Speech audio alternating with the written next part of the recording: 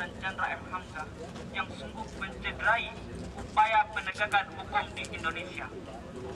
Alasan pihak kepolisian, alasan subjektif dan sara dan petinggi kepolisian penangkapan Bibit dan Chandra lembaga yang dihadirkan untuk mengantisipasi kejahatan luar biasa korupsi juga sebagai.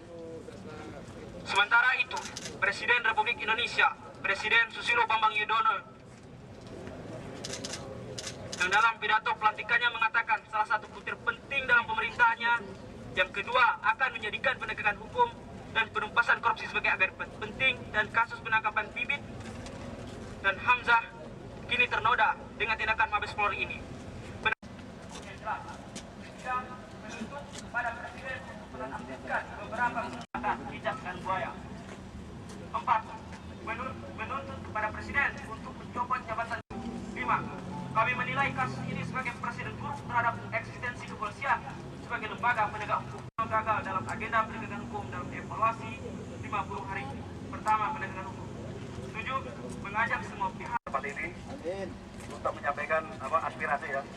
Kemudian yang kedua juga kami menyampaikan permohonan maaf Bapak video conference dengan Bapak Kapolri yang berkaitan dengan masalah-masalah. Kan ada juga 2 perwira tinggi kepolisian yang diperbantukan di sana untuk memperkuat KPK. Jadi kewenangan KPK itu tidak benar. Kami ulangi, tidak benar, karena justru KPK akan diperkuat oleh kepolisian.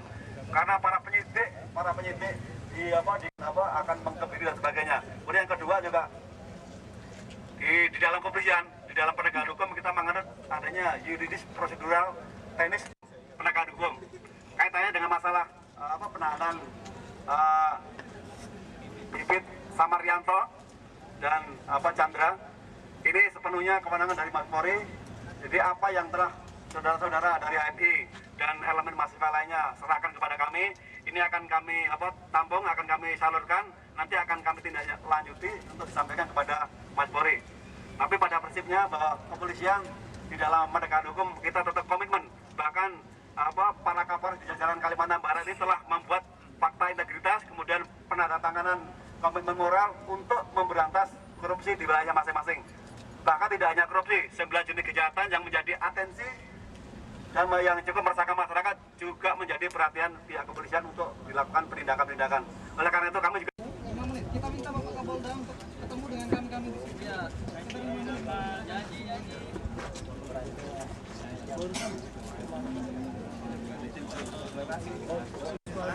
jam baru bisa.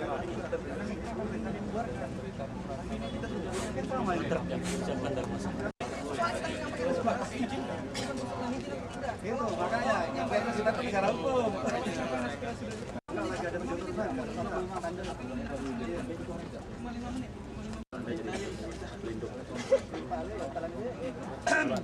Jalan dulu Mas. Jadi nggak ada masalah. Satu bola. Merupakan selesai persoalan kami di sini. Ini simbol yang ingin kita serahkan pada pimpinan Kapolda Kalbar.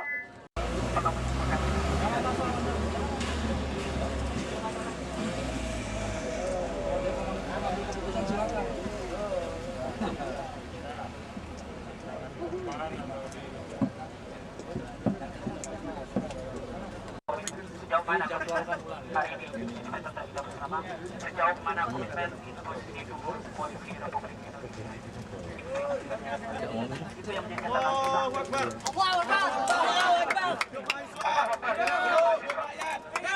jelas hukum hari ini dianggap sepele, dianggap sepele. Meskipun dokter-dokter hukum itu ada pada pikiran. Teman-teman, terima kasih Bapak. Terima kasih Bapak. Satu komando, satu barisan. Silakan kalau mau naik mobil dan kesehatan.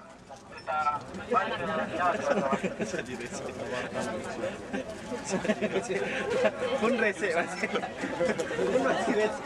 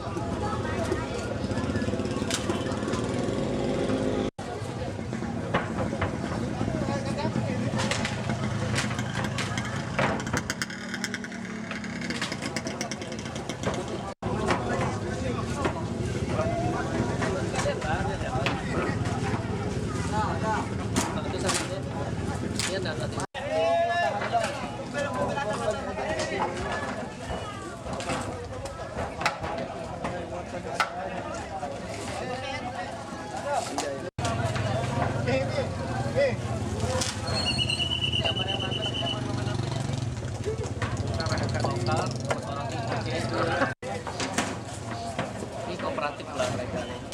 Itu bangunan lama. Kita kan ada komitmen kalau seperti itu Pemkot bangunan lama. Sementara belum ada solusi. Tapi tidak ada bangunan ini dulu pernah kita tertibkan karena ini kan komitmen dari pemerintah kota bahwa tidak ada tambahan PPL baru. Yang di atas hari juga. Yang bangunan lama, sementara dari Pemkot ini belum ada solusi, jadi masih kita beri kesempatan, beri toleransi dengan batas-batas ketentuan sesuai dengan ketentuan yang kita tetapkan, yaitu tidak boleh menutup seluruh bagian parit, kemudian waktu berjualan juga kita tertibkan, juga kita tentukan. Yaitu kalau untuk kuliner biasa kita memakai gerobak, tidak merupakan bangunan baru, tidak merupakan suatu bangunan, dan waktu berjualan itu kalau kuliner makanan kita dari sore sampai dengan malam hari. Untuk peringatan sendiri kita sudah melakukan upaya.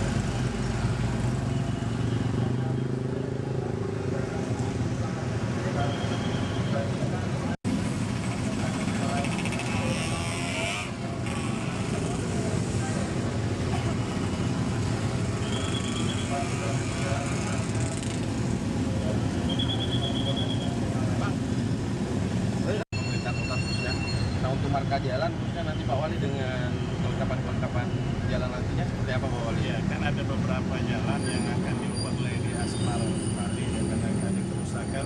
Setelah itu kita lengkapi dengan semua markanya. Ya. Petugas Dinas Perhubungan ya, dalam hal yang menunjang ya rambu lalu lintas, ya marka jalan, nah, itu akan kita siapkan dan kita anggarkan di tahun 2010.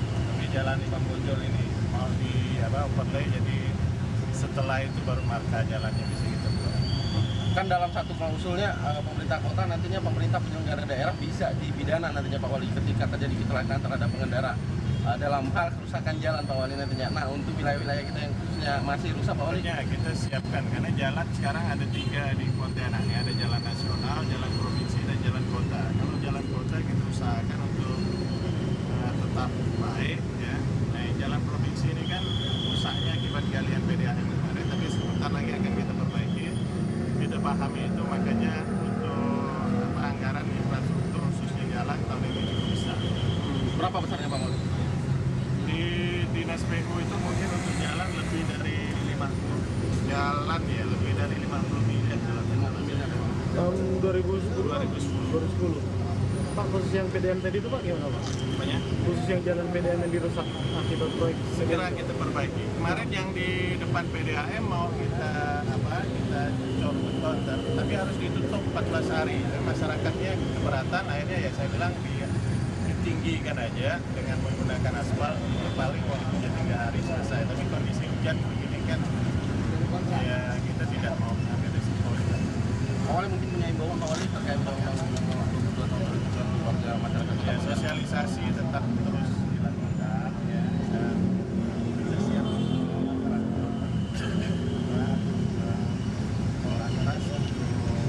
sosialisasikan undang-undang ini. Nah, Pontianak ini jalannya terbatas, kendaraan jalan dengan kendaraan itu bertambahnya tidak berimbang, sehingga kita harus memaksimalkan yang ada.